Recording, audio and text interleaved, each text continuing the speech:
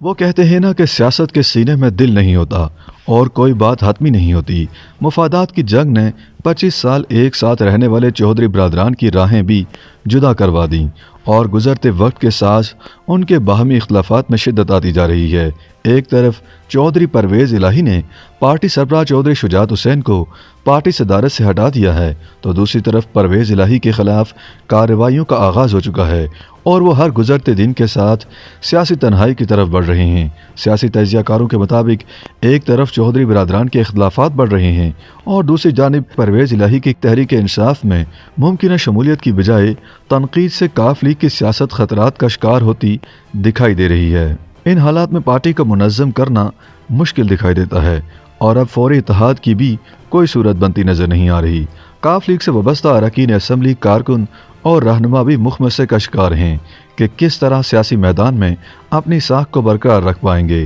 اور آئندہ ان کا سیاسی مستقبل کیا ہوگا۔ انڈیپینڈنٹ اردو کی ایک رپورٹ کے مطابق موجودہ پارٹی انتشار بارے مسلم لیگ ق کے رہنما اور سابق صوبائی وزیر باؤ رضوان کہتے ہیں، ہم نے پنجاب میں پارٹی الیکشن کروائے ہیں جس میں چودھری شجاعت حسین اب پارٹی کے مرکزی صدر نہیں رہے اور نہ طارق بشیر چیمہ جنرل سیکرٹری رہے ہیں۔ باؤ رضوان نے کہا ہے کہ چودھری شجاعت ہمارے بزرگ ہیں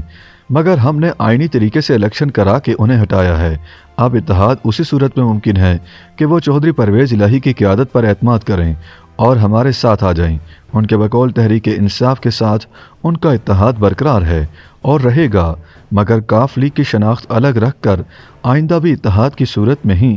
سیاست کریں گے۔ باؤ رضوان کے مطابق نئی قیادت کے حوالے سے چودھری شجاعت حسین اور طارق بشیر چیمہ کو نوٹس بھی بھجوا دیے گئے ہیں۔ طارق بشیر چیمہ کو ہٹا کر کامل علی آغا کو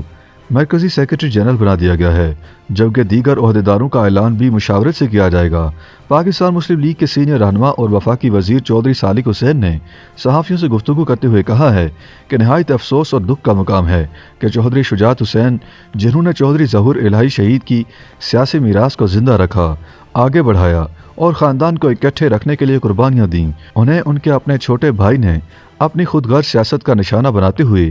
غیر آئینی طور پر پارٹی کی صدارت سے ہٹا دیا۔ انہوں نے کہا کہ پرویز الہی نے چودھری شجاعت کو ہٹا کر خود کو کٹھ پتلی صدر بنانے کی ناکام کوشش کی ہے۔ حلقے کی عوام جانتی ہے کہ چودھری ظہور الہی شہید اور چودھری شجاعت حسین نے ہمیشہ اپنی دی ہوئی زبان کا مان رکھا ہے۔ چودھری سالک نے کہا کہ کچھ لوگوں نے اپنی ذاتی خواہشات، انا، لالچ اور عہدوں کی ہوس میں خاندان کی ساکھ، روایت اور شہید ظہور الہی کے سیاسی نظریے سے غداری کی ہے۔ چودھری شجاعت نے بطور مرکزی صدر ق لیگ مونس الہی کو قومی اسمبلی میں پارلیمانی لیڈر کے عہدے سے ہٹایا اور مونس الہی کو عہدے سے برطرف کر کے پارٹی کے سیکرٹری جنرل طارق بشیر چیمہ کو پارلیمانی لیڈر مقرر کر دیا گیا۔ دوسری جانب گزشتہ دنوں 20 جنوری کو چودھری شجاعت حسین نے بھی وزیر اعلیٰ پنجاب پرویز الہی کی پارٹی رکنیت معطل کر کے انہیں شو کاز نوٹس جاری کیا تھا۔ ساتھ ہی ساتھ طارق بشیر چیمہ نے مونس الہی، حسین الہی اور سینیٹر کامل علی آغا کو بھی شو کاز نوٹسز جاری کیے تھے۔ اب سوال یہ ہے کہ چودھری برادران میں اختلافات کیا ہیں؟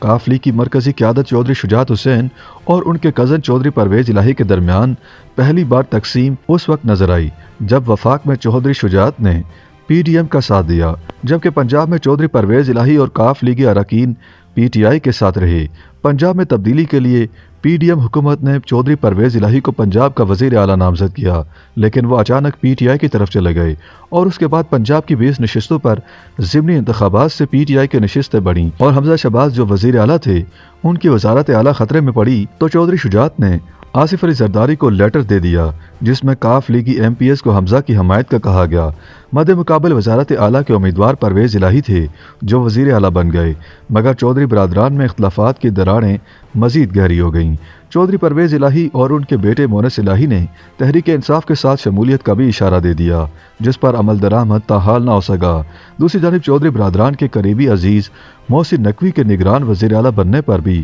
چودھری مونس الہی اور پرویز الہی کی جانب سے تحفظات کا اظہار کیا گیا ہے۔ سلمان غنی کے مطابق ق لیگ اسٹیبلشمنٹ کے اشاروں پر چلتی ہے، اب بھی ق لیگ کا اتحاد یا اختلاف طاقتور حلقوں کی منشا کے مطابق ہی ہوگا۔